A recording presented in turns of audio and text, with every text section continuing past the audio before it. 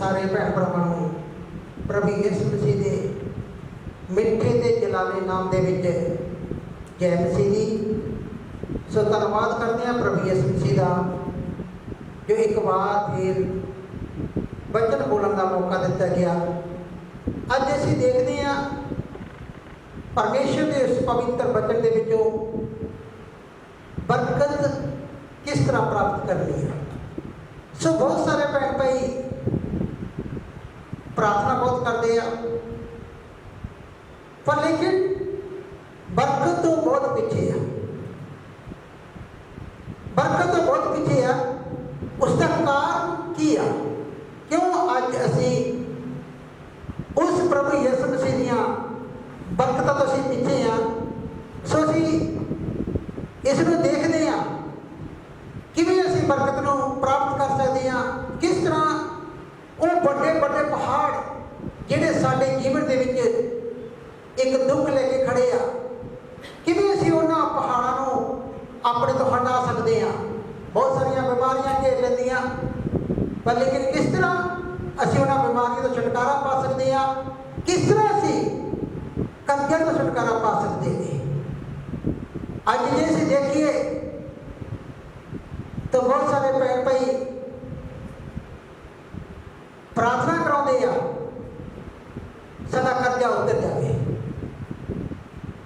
प्रार्थना हो जाती है, पर लेकिन उस तो बाद होंदा की आ, वो कर्जा उतारने लई वो दूसरे पासे कर्जा लेना शुरू कर देते हैं। पर परमेश्वर वो प्रभु यीशु मसीह सानू दस रहा, वो कहना ना डर मैं तेरे अंग संगा। जो परमेश्वर साडे नाल आ तो फिर सानू परमेश्वर ते भरोसा रखना चाहिए, क्योंकि कर्जा उतारना परमेश्वर का काम है। इस तरह एक बेटी जिसका नाम सुखदीप है, सोने पति जो काफ़ी लंबे समय तो शराब पीते हैं, वो लड़ते हैं झगड़ते हैं। इस गवाही को प्रचार तो बाद दिखाया भी जाएगा। लड़ते हैं झगड़ते हैं, कुटमार करते हैं और डेली बहुत ज़्यादा शराब पीते हैं। एक दिन चर्च में आए और जो चर्च में आके उन्हें प्रभु यीशु मसीह को जानिया, लगातार चर्च में आना शुरू कर दिया गया। उस तो बाद जो वचन दसा गया तो उसने वो काम किया जो परमेश्वर ने उन्हें दसिया। अज उसका पति सारे नशे तो आजाद आ। सो इसी तरह परमेश्वर का पवित्र वचन सानू दसदा गा,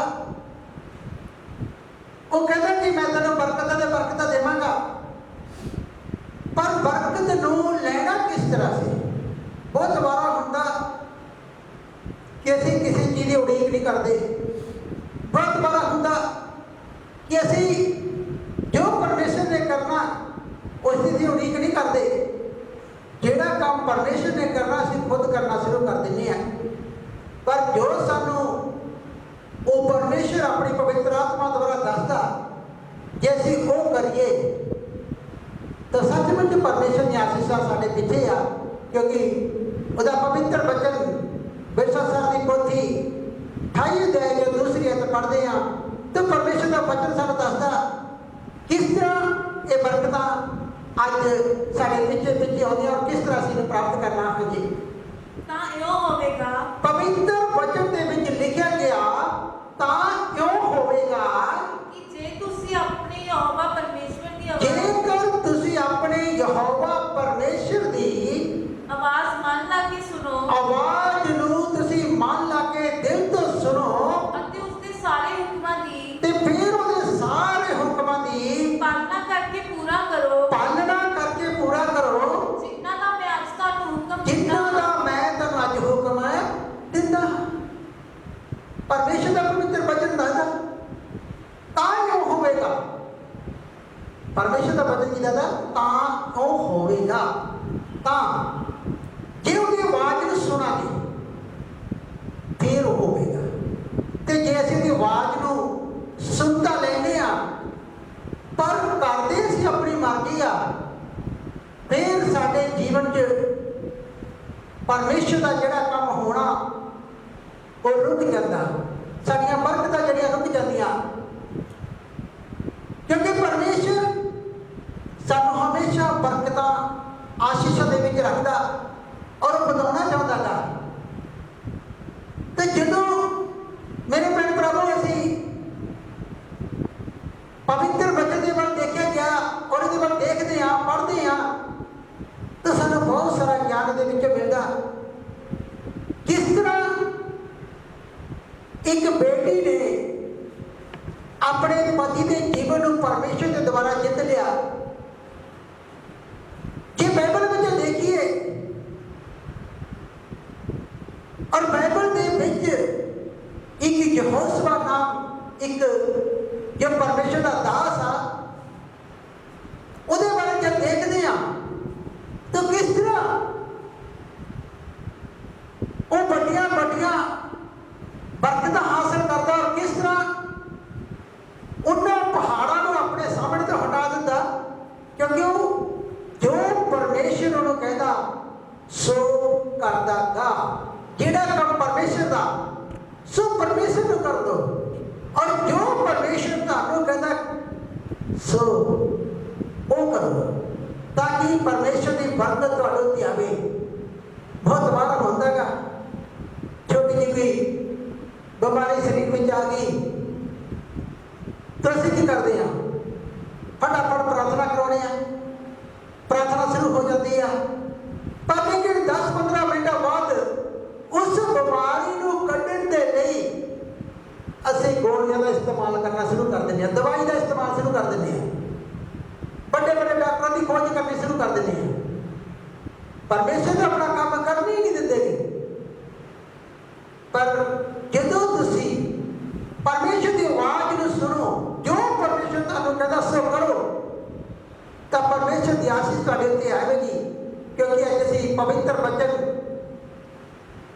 ਜਦੋਂ ਅਸੀਂ ਯਹੋਸ਼ੁਆ ਦੀ ਕਿਤਾਬ ਅਸੀਂ 6 ਦੇ ਉਹਦੀ 1 ਔਰ 2 ਐਤ ਪੜ੍ਹਦੇ ਹਾਂ ਤਾਂ ਪਰਮੇਸ਼ਰ ਦਾ ਵਚਨ ਸਾਨੂੰ ਦੱਸਦਾ ਕਿਸ ਤਰ੍ਹਾਂ ਜਦੋਂ ਇਸ ਯਹੋਸ਼ੁਆ ਨੇ ਪਰਮੇਸ਼ਰ ਦੀ ਆਵਾਜ਼ ਨੂੰ ਸੁਣਿਆ ਤੇ ਕਿਸ ਤਰ੍ਹਾਂ ਅੱਜ ਉਹਨੇ ਉਸ ਜਰੀਹੋ ਦੇ ਕਿਲੇ ਨੂੰ ਢਾਹ ਦਿੱਤਾ ਗਿਆ। ਅਸੀਂ ਪੜ੍ਹਾਂਗੇ ਪਵਿੱਤਰ ਵਚਨ ਦੇ ਵਿੱਚੋਂ ਯਰੀਹੋ ਇਸਰਾਏਲੀਆਂ ਦੇ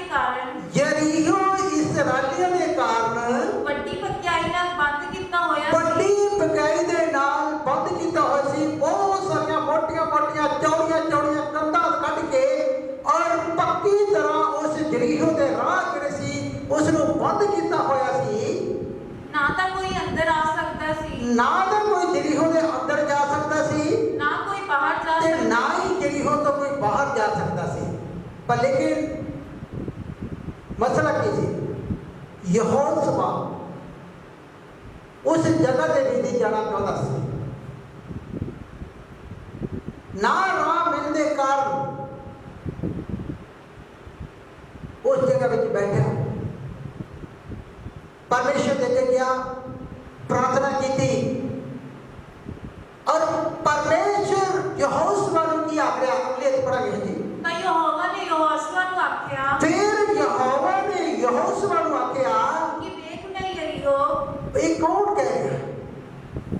ਇੱਕ ਯਹੋਵਾ, ਉਹ ਪਰਮੇਸ਼ਰ ਯਹੋਸ਼ੁਆ ਨੂੰ ਕਹਿ ਰਿਹਾ, ਕਹਿੰਦਾ ਦੇਖ ਮੈਂ ਯਰੀਹੋ, ਉਸਦੇ ਰਾਜੇ, ਦੂਸਰੀ ਗੱਲ ਉਹਦੇ ਰਾਜੇ, ਅਤੇ ਉਸਦੇ ਸੂਰਬੀਰਾਂ ਤੇ ਨੂੰ, ਤੀਸਰੀ ਗੱਲ ਉਹਦੇ ਸੂਰਬੀਰ ਜਿਹੜੇ ਲੜਾਕੇ ਜਿਹੜੇ ਲੜਨ ਵਾਲੇ ਆ ਉਹਨਾਂ ਨੂੰ ਤੇਰੇ ਹੱਥ ਵਿੱਚ ਦੇ ਦਿੱਤਾ ਤੇਰੇ ਹੈ। ਹੱਥ ਦੇ ਵਿੱਚ ਕੀ ਆ, ਦੇ ਦਿੱਤਾ।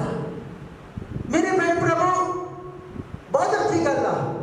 ਜਦੋਂ ਅਸੀਂ ਕੋਈ ਪ੍ਰਾਰਥਨਾ ਕਰਦੇ ਆ, ਜਦੋਂ ਪ੍ਰਾਰਥਨਾ ਕਰਵਾਉਣੇ ਤਾਂ ਪਰਮੇਸ਼ਰ ਕਹਿੰਦਾ ਕਿ ਦੇਖ ਇਹ ਸਭ ਕੁਝ ਮੈਂ ਤੇਰੇ ਹੱਥ ਵਿੱਚ ਦੇ ਦਿੱਤਾ। ਜੋ ਪਰਮੇਸ਼ਰ ਨੇ ਸਾਡੇ ਹੱਥ ਵਿੱਚ ਦਿੱਤਾ ਤੇ ਹੁਣ ਜੋ ਪਰਮੇਸ਼ਰ ਕਹਿੰਦਾ ਸੋ ਕਰਨਾ, ਪਰ ਲੇਕਿਨ ਅਸੀਂ ਉਹ ਨਹੀਂ ਕਰਦੇ ਜੋ ਪਰਮੇਸ਼ਰ ਕਹਿੰਦਾ, ਉਸ ਤੋਂ ਉਲਟ ਹੋ ਕੇ ਚੱਲਣਾ ਸ਼ੁਰੂ ਕਰ ਦਿੰਦੇ ਹਾਂ। ਔਰ ਜਦੋਂ ਅਸੀਂ ਉਲਟ ਹੋ ਕੇ ਚੱਲਦੇ ਹਾਂ ਤਾਂ ਫਿਰ ਸਾਡਾ ਮਸਲਾ, ਸਾਡੀ ਬਰਕਤ ਉਹ ਰੁਕ ਟੁੱਟ ਜਾਂਦੀ ਹੈ। ਕਹਿੰਦਾ ਦੇਖ ਮੈਂ ਯਰੀਹੋ ਨੂੰ ਤੇਰੇ ਹੱਥ ਵਿੱਚ ਦੇ ਦਿੱਤਾ। ਹਾਂਜੀ, ਸੋ ਤੁਸੀਂ ਸਾਰੇ ਯੋਧੇ ਬਹੁਤ ਹੀ ਅੱਛੀ ਗੱਲ ਆ, ਬੜੇ ਧਿਆਨ ਨਾਲ ਕਹਿੰਦਾ ਸੋ ਤੁਸੀਂ ਸਾਰੇ ਯੋਧੇ ਸ਼ਹਿਰ ਨੂੰ ਘੇਰ ਲਓ ਇਹ ਸਾਰੇ ਸ਼ਹਿਰ ਨੂੰ ਕੀ ਕਰੋ, ਘੇਰ ਲਓ। ਅਤੇ ਇੱਕ ਵੇ ਸ਼ਹਿਰ ਦੇ ਦੁਆਲੇ ਫਿਰੋ। ਪਹਿਲੀ ਗੱਲ, ਇੱਕ ਵਾਰ ਸ਼ਹਿਰ ਦੇ ਸਾਰੇ ਆਸੇ ਪਾਸੇ ਕੀ ਕਰੋ, ਉਹਦੇ ਆਸੇ ਪਾਸੇ ਫਿਰੋ। ਅਤੇ 6 ਦਿਨਾਂ ਤੀਕ ਕਹਿੰਦਾ 6 ਦਿਨ ਤੱਕ ਤੁਸੀਂ ਐਵੇਂ ਹੀ ਕਰਨਾ। ਤੁਸੀਂ ਐਵੇਂ ਹੀ ਸ਼ਹਿਰ ਦੇ ਆਸੇ ਪਾਸੇ ਕੀਆ ਚੱਕਰ ਲਾਉਣੇ। ਕਿਵੇਂ ਚੱਕਰ ਲਾਉਣੇ ਆ? ਪ੍ਰਾਰਥਨਾ ਕਰਦੇ ਹੋਏ ਕਿਵੇਂ ਚੱਕਰ ਲਾਉਣੇ ਆ? ਅੱਗੇ ਬਾਈਬਲ ਬਿਆਨ ਕਰੇਗੀ। ਹਾਂਜੀ, ਸਭ ਜਾਣਕ ਸੰਦੂਕ ਦੇ ਅੱਗੇ, ਸਭ ਜਨ ਕਹਿੰਦਾ ਸੰਦੂਕ ਦੇ ਅੱਗੇ ਮੇਢੇ ਦੀਆਂ ਸਿੰਗਾਂ ਦੀਆਂ ਉਹ ਮੇਢੇ ਦੀਆਂ ਸਿੰਘਾਂ ਦੀਆਂ 7 ਤੁਰੀਆਂ ਲੈ ਜਾਣ। 7 ਤੁਰੀਆਂ ਲੈ ਜਾਣ। ਪਰਮੇਸ਼ਰ ਉਹਨਾਂ ਨੂੰ ਕੁਝ ਕਰਨ ਨੂੰ ਕਹਿ ਰਿਹਾ। ਪਰਮੇਸ਼ਰ ਇਹ ਨਹੀਂ ਕਹਿ ਰਿਹਾ ਕਿ ਕਿਨੇ ਨੂੰ ਧੱਕਾ ਮਾਰੋ, ਉਸ ਦੀਵਾਰ ਨੂੰ ਧੱਕਾ ਮਾਰੋ ਤਾਂ ਕਿ ਦੀਵਾਰ ਡਿੱਗ ਪਏ। ਪਰਮੇਸ਼ਰ ਕੀ ਕਹਿ ਰਿਹਾ? ਸ਼ਹਿਰ ਦੇ ਆਸੇ ਪਾਸੇ ਫਿਰੋ, ਲਗਾਤਾਰ 6 ਦਿਨ ਕਰੋ। ਔਰ ਜਦੋਂ ਤੁਸੀਂ ਸ਼ਹਿਰ ਦੇ ਆਸੇ ਪਾਸੇ ਫਿਰਦੇ ਲਈ ਨਿਕਲੋ ਤਾਂ ਸਭ ਤੋਂ ਪਹਿਲਾਂ ਤੁਹਾਡੇ ਅੱਗੇ 7 ਜਾਣੇ ਜਾਜਕ ਹੋਣ ਔਰ ਉਹਨਾਂ ਕੋਲ ਮੇਢੇ ਦੀਆਂ ਤੁਰੀਆਂ ਹੋਣ। ਹਾਂਜੀ, ਅਤੇ ਤੁਸੀਂ 7ਵੇਂ ਦਿਨ 7 ਵਾਰੀ ਕਦੇ ਤੁਸੀਂ 7ਵੇਂ ਦਿਨ 7 ਵਾਰੀ ਸ਼ਹਿਰ ਦੇ ਦੁਆਲੇ ਫਿਰਿਓ ਸ਼ਹਿਰ ਦੇ ਆਸੇ ਪਾਸੇ ਘੁੰਮਿਓ ਅਤੇ ਜਾਜਕ ਤੁਰੀਆਂ ਵਜਾਉਣ। ਤੇ ਜਾਜਕ ਤੁਰੀਆਂ ਵਜਾਉਣ। ਤਾਂ ਇਹ ਹੋਵੇਗਾ ਕਿ ਕਹਿੰਦਾ ਫਿਰ ਕਿਉਂ ਹੋਵੇਗਾ ਕਿ ਜਦੋਂ ਚਿਰ ਤੀਕ ਕਹਿੰਦਾ ਜਦੋਂ ਸਮੇਂ ਤੱਕ, ਚਿਰ ਤੱਕ, ਦੇਰ ਤੱਕ ਮੇਢੇ ਦੇ ਸਿੰਘਾਂ ਦੀਆਂ ਤੁਰੀਆਂ ਵਜਾਉਣ। ਉਹ ਤੁਰੀਆਂ ਜਿਹੜੀਆਂ ਵੱਜਣੀਆਂ ਸ਼ੁਰੂ ਹੋ ਜਾਣੀਆਂ, ਵੱਜਦੀਆਂ ਰਹਿਣਗੀਆਂ। ਅਤੇ ਜਦ ਤੁਸੀਂ ਤੁਰੀ ਦੀ ਆਵਾਜ਼ ਸੁਣੋ ਫਿਰ ਤੁਸੀਂ ਤੁਰੀ ਦੀ ਆਵਾਜ਼ ਸੁਣੋ ਤਾਂ ਸਾਰੇ ਲੋਕ ਵੱਡੇ ਜ਼ੋਰ ਨਾਲ ਅਤੇ ਸਾਰੇ ਲੋਕ ਜਿਹੜੇ ਅੱਗੇ ਪਿੱਛੇ ਜਾ ਰਹੇ ਆ, ਤੁਰੀਆਂ ਲੈ ਕੇ ਜਾ ਰਹੇ ਆ, ਸੰਦੂਕ ਲੈ ਕੇ ਜਾ ਰਹੇ ਆ, ਸਾਰੇ ਕਹਿੰਦੇ ਹਾਂਜੀ ਵੱਡੇ ਜ਼ੋਰ ਨਾਲ ਜੈਕਾਰਾ ਵੱਡੇ ਵਜਾਉਣ। ਜ਼ੋਰ ਦੇ ਨਾਲ ਜੈਕਾਰਾ ਵਜਾਉਣ। ਤਾਂ ਸ਼ਹਿਰ ਦਾ ਧੂੜ ਕੋਟ ਤਾਂ ਸ਼ਹਿਰ ਦਾ ਧੂੜ ਕੋਟ ਕਦੀ ਇੱਕ ਟਹਿ ਪਵੇਗਾ। ਮੋਟ ਤੱਕ ਕੀ ਹੋ ਜਾਏਗਾ? ਟਹਿ ਪਵੇਗਾ। ਪਰਮੇਸ਼ਰ ਨੇ ਉਹਨਾਂ ਨੂੰ ਕੀ ਕਿਹਾ? ਤੁਸੀਂ ਦੁਨੀਆ ਲੈ ਕੇ ਜਾਓ, ਸ਼ਹਿਰ ਦੇ ਆਸੇ ਪਾਸੇ ਹਰ ਰੋਜ਼ ਪ੍ਰਾਰਥਨਾ ਕਰਦੇ ਹੋਏ ਚੱਕਰ ਲਗਾਓ। ਔਰ ਜਦ 6 ਦਿਨ ਪੂਰੇ ਹੋ ਗਏ, 7ਵੇਂ ਦਿਨ ਇਹ ਜਿਹੜਾ ਸ਼ਹਿਰ ਆ ਇਹ ਟਹਿ ਜਾਵੇਗਾ। ਮੇਰੇ ਭੈਣ ਭਰਾਵੋ, ਜੇ ਯਹੋਸ਼ੁਆ ਇਹ ਦੇਖੇ ਕਿ ਉਹਦੇ ਕੋਲ ਜਿੰਨੀ ਵੀ ਫੌਜ ਆ, ਕਿਉਂ ਲੱਗਣ ਕਿ ਅਸੀਂ ਰਲ ਕੇ ਜੋ ਯਰੀਹੋ ਦੇ ਅੰਦਰ ਫੌਜ ਆ ਉਹਦੇ ਨਾਲ ਯੁੱਧ ਕਰੀਏ ਕਿ ਉਹ ਜਿੱਤ ਜਾਣਗੇ। ਜੇ ਉਹ ਆਖਣ ਕਿ ਅਸੀਂ ਕਿਲੇ ਨੂੰ ਢਾ ਦਈਏ, ਦੀਵਾਰ ਨੂੰ ਢਾ ਦਈਏ, ਕਿ ਉਹ ਜਿੱਤ ਜਾਣਗੇ। ਯਹੋਸ਼ੁਆ ਕੀ ਕਰਦਾ ਹੈ? ਜਿਸ ਤਰ੍ਹਾਂ ਪਰਮੇਸ਼ਰ ਕਹਿੰਦਾ ਸੀ ਉਵੇਂ ਹੀ ਕਰਦਾ ਸੀ। ਪਰਮੇਸ਼ਰ ਨੇ ਇਹਨੂੰ ਕਿਲਾ ਢਾਉਣ, ਦੀਵਾਰ ਨੂੰ ਗਿਰਾਉਣ ਲਈ ਨਹੀਂ ਕਿਹਾ। ਉਹਨੂੰ ਕਿਹਾ ਕਿ ਤੁਸੀਂ ਸ਼ਹਿਰ ਦੇ ਆਸੇ ਪਾਸੇ, ਤੁਹਾਡਾ ਕੰਮ ਆ ਕਿ ਸ਼ਹਿਰ ਦੇ ਆਸੇ ਪਾਸੇ ਜਾ ਕੇ ਤੁਸੀਂ ਕੀ ਕਰੋ? ਚੱਕਰ ਲਗਾ ਕੇ ਪ੍ਰਾਰਥਨਾ ਕਰੋ। ਮੇਰੇ ਭੈਣ ਭਰਾਵੋ, ਅੱਜ ਇੱਥੇ ਸਾਡੇ ਵਿੱਚ ਫਰਕ ਆ। ਜੋ ਪਰਮੇਸ਼ਰ ਸਾਨੂੰ ਦੇਣਾ ਚਾਹੁੰਦਾ ਸੋ ਅਸੀਂ ਕਰ ਲੈਂਦੇ ਹਾਂ, ਪਰ ਕਾਮਯਾਬ ਨਹੀਂ ਹੁੰਦੇ। ਬਹੁਤ ਵਾਰ ਸਿਰ ਤੇ ਬਹੁਤ ਸਾਰਾ ਕਰਜ਼ਾ ਹੁੰਦਾ, ਬਹੁਤ ਸਾਰੇ ਭੈਣ ਭਾਈ ਵੀ ਆਉਂਦੇ ਆ, ਕਰਜ਼ੇ ਵਾਸਤੇ ਪ੍ਰਾਰਥਨਾ ਕਰਦੇ, ਸਿਰ ਤੇ ਕਰਜ਼ਾ ਹੁੰਦਾ, ਲੱਖਾਂ ਰੁਪਏ ਦਾ ਕਰਜ਼ਾ ਹੁੰਦਾ, ਲੇਕਿਨ ਉਹਨਾਂ ਦੇ ਵਾਸਤੇ ਆਵਾਜ਼ ਆਉਂਦੀ ਆ ਕਿ ਬੰਦ ਰੱਖ, ਪ੍ਰਾਰਥਨਾ ਕਰ। ਪਰਮੇਸ਼ਰ ਤੇਰੇ ਕਰਜ਼ੇ ਨੂੰ ਉਤਾਰੇਗਾ। ਪਰ ਹੁੰਦਾ ਕੀ ਆ? ਇੱਕ ਦਿਨ ਪ੍ਰਾਰਥਨਾ ਕੀਤੀ, ਦੂਸਰੇ ਦਿਨ ਕਿਤੋਂ ਹੋਰ ਕਰਜ਼ਾ ਲੈਣੇ ਨਿਕਲ ਜਾਂਦੇ ਆ। ਪਰ ਪਰਮੇਸ਼ਰ ਕਹਿੰਦਾ ਤੂੰ ਪ੍ਰਾਰਥਨਾ ਕਰ, ਮੈਂ ਤੇਰੇ ਕਰਜ਼ੇ ਨੂੰ ਉਤਾਰਾਂਗਾ। ਅਸੀਂ ਪਰਮੇਸ਼ਰ ਨੂੰ ਉਹ ਕੰਮ ਨਹੀਂ ਕਰ ਦਿੰਦੇ। ਪਰ ਲੇਕਿਨ ਮੇਰੇ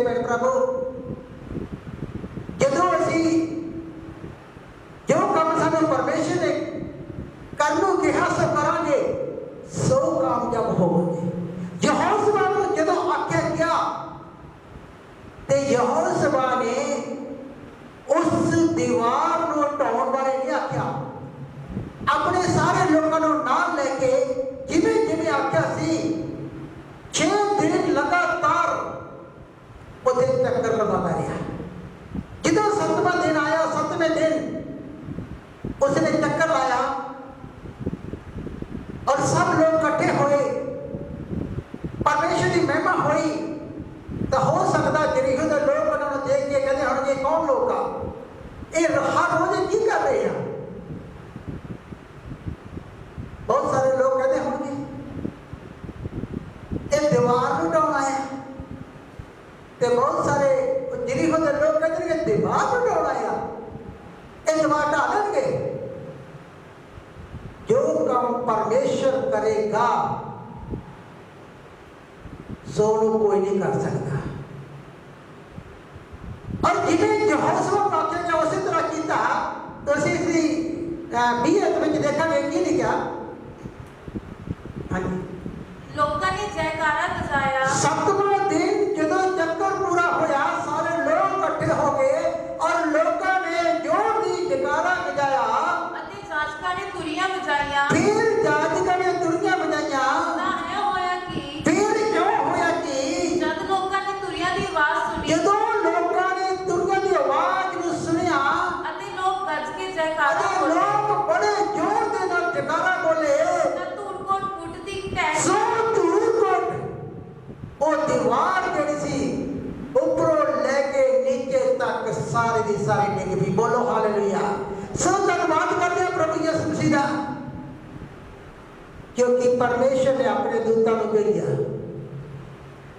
यहोशुआ ने परमेश्वर की आवाज को मन्निया, यहोशुआ ने परमेश्वर की आवाज को सुनिया। ते जेकर असीं भी आज अपने जीवन के विच परमेश्वर की आवाज को सुन लीए तो कदे धोखा नहीं खाते, क्योंकि साडे दुखों के पहाड़ को हिलाउणा वो साडे प्रभु यीशु मसीह का काम है। सानू तो सिर्फ उहदे चरणों में बह के प्रार्थना करने की जरूरत है, सब तो बर्त रह के प्रार्थना करने की जरूरत है। पर अज असीं उल्ट करते हैं, जब कोई बीमार आ प्रार्थना कराई और चंगा डॉक्टर को ले गए। किहड़े समय असीं परमेश्वर नूं समा दिता कि ਉਹਦੇ ਵਿੱਚੋਂ ਬਿਮਾਰੀ ਕੱਢੇ। पर प्रार्थना करने तो बाद ये तुसीं विश्वास करो वो परमेश्वर ਉਹਦੇ जीवन में काम करेगा, परमेश्वर ਉਹਦੇ जीवन में काम करेगा, परमेश्वर उसਨੂੰ चंगा करेगा। मेरे जीवन ਦੇ ਵਿੱਚ बहुत सारियां गवाहियां, मैं भी बहुत कर्जदार सीगा, ਲੱਖਾਂ ਰੁਪਏ ਦਾ ਕਰਜ਼ਦਾਰ ਸੀ। पर एक दिन ਇਹੋ ਜਿਹਾ ਮੇਰੇ ਜੀਵਨ 'ਚ ਆਇਆ कि अपने आप को खत्म करना चाहया। तो लेकिन जदों मैंने परमेश्वर के वचन के विचों पता लग्या तो बिल्कुल गल मैं अपनी सारी चिंता परमेश्वर से छड्ड दी। और जदों परमेश्वर से छड्डी मैं लगातार प्रार्थना विच 7 दिन बाद 7 दिन लगातार 13-14 घंटे प्रार्थना विच। 1 महीने दे विच मैनूं नहीं पता लग्या परमेश्वर ने मेरा कर्जा किवें खत्म कीता। सो जदों असीं परमेश्वर की आवाज़ को सुनांगे, जो असीं परमेश्वर की आवाज़ को सुनांगे, जो परमेश्वर कहता सो करांगे, सो सफलता पावांगे। मेरे भैन प्रभु अज जो काम परमेश्वर सानू कहता सो करो, जो परमेश्वर ने करना सो परमेश्वर ने करना। एक होर असीं वचन कूच की किताब 14 ਦੇ 15 तो असीं एक वचन देखते हैं। हाँ जी। तो यहोवा ने मूसा नूं आख्या, फिर यहोवा ने मूसा नूं आख्या, तू क्यों मेरे तरले करदा तू है? क्यों मेरे तरले करता है? इस्राएलियां नाल गल कर, इस्राएलियों नाल गल कर कि ओ अगे तुरन, कि वो अगे तुरन। रौला के समुद्र को देख के इसराइली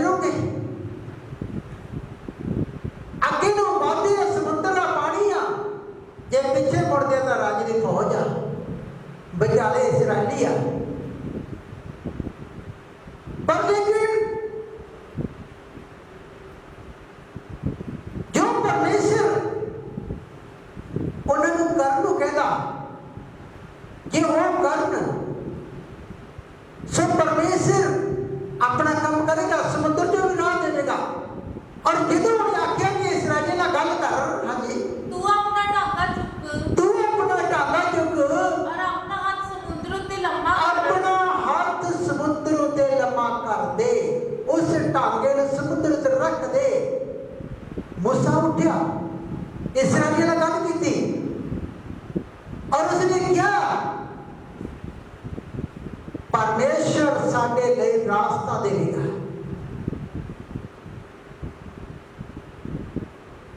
इसराइलियों ने जब मूसा की गल सुनिया तो मैंने लगता है कि हो सकता सारी रात वो प्रार्थना में होंगे। परमेश्वर ने कहा इसराइलियों ने गल कर कि जो मैं कहना सो करना। जब मूसा ने कहा कि परमेश्वर सानू रास्ता दे जा रहा, उठो सारे परमेश्वर, उठो सारे जाने परमेश्वर के चरणों में जाओ, प्रार्थना करो। और जब गए की होया आगे, अते उसको दो भाग कर, अते उसको की कर दो भाग कर दे। उसको बड़े ही ढंग दे नाल दस्या गया और मूसा उठा, अपना टांगा लिया और समुद्र के कोल गया। असी 21 अध्याय में पढ़ांगे। हाँ जी, तां मूसा ने अपना हाथ, फिर मूसा ने अपना हाथ समुद्र उत्ते लंबा कीता, समुद्र उत्ते लंबा कीता और यहोवा ने तेज पूरे दी हवा, यहोवा ने तेज पूरे दी हवा सारी रात चला दी। हो सकता मूसा ने कहा तुम प्रार्थना करो, अज की रात परमेश्वर सानू राह देने वाला, क्योंकि परमेश्वर ने मूसा ने क्या कि इसराइली ना गल कर के अगे बढ़न। जब प्रार्थना शुरू हुई उन्होंने जब प्रार्थना शुरू की, परमेश्वर ने अपना काम शुरू किया। परमेश्वर ने सारी रात पूरी हवा चला के उस समुद्र को दो भाग कर दिता। क्या मेरे भैन प्रभु, जो परमेश्वर तानू करनू कहे सो तुसी करो। ते जे इसराइली ये आखदे एडा बड़ा समुद्र किवें राह मिल जाएगा, या ये सोचते कि असीं भी फौज आ, चलो इस पानी को असीं बाहर रोक दिए, पासे कर दिए, राह बना लिए, ये कदे नहीं हो सकता सी। राह बनाना परमेश्वर का काम है, बीमारी ने पहुंचाना परमेश्वर का काम है, कर्जे को खत्म करना परमेश्वर का काम है, दुखों के पहाड़ को हटाना यीशु मसीह का काम है। साडा काम जो साडा यीशु कहता उठ प्रार्थना कर, जागो प्रार्थना करो। वो कहता तू हर एतवार चर्च में जा, मेरे बचन दे चल। ते जदों असीं उहदे हुक्मां नूं मन लवांगे, उहदी आवाज़ नूं सुन लवांगे, परमेश्वर साडे लई बड़े बड़े काम करदा ते करदा रहेगा। परमेश्वर साडे लई बड़े बड़े काम करदा ते करदा रहेगा।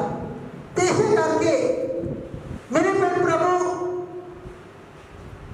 मूसा की उस आवाज को सुनो, सॉरी परमेश्वर की उस आवाज को सुनो।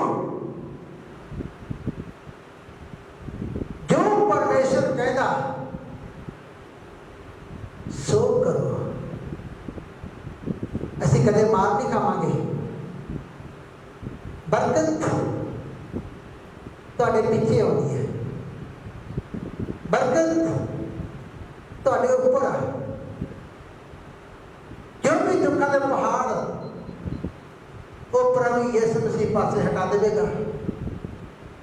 पर जे असीं उहदी आवाज़ नूं सुन के जो प्रभु कहता सो करिए। सो मेरे प्यारे प्रभु, अज के वचन तो यही जानो कि परमेश्वर तुहानू बहुत बड़ी आशीषा देने वाला परमेश्वर आ। और प्रभु यीशु मसीह हमेशा तुहाडे नाल रहिंदा। उसकी आवाज़ नूं सुनो, जो कहता सो करो। परमेश्वर ने जो करना उसनूं कर दो। साडा काम आ परमेश्वर के चरणों में बैठ के प्रार्थना करने दे वचन नूं मनना। सो इन्हें वचन के द्वारा प्रभु तुहानू बहुत सारी आशीष बरकत देवे। सारिਆਂ ਨੂੰ मेरे ਕੋਲੋਂ जय मसीह दी। ते आपां अगले जो गवाही आ सो आपां सुनांगे उन्हां बच्चों तो जिस बेटी ने अपने पति के जीवन को प्रभु यीशु मसीह के द्वारा जित लिया। हाँ।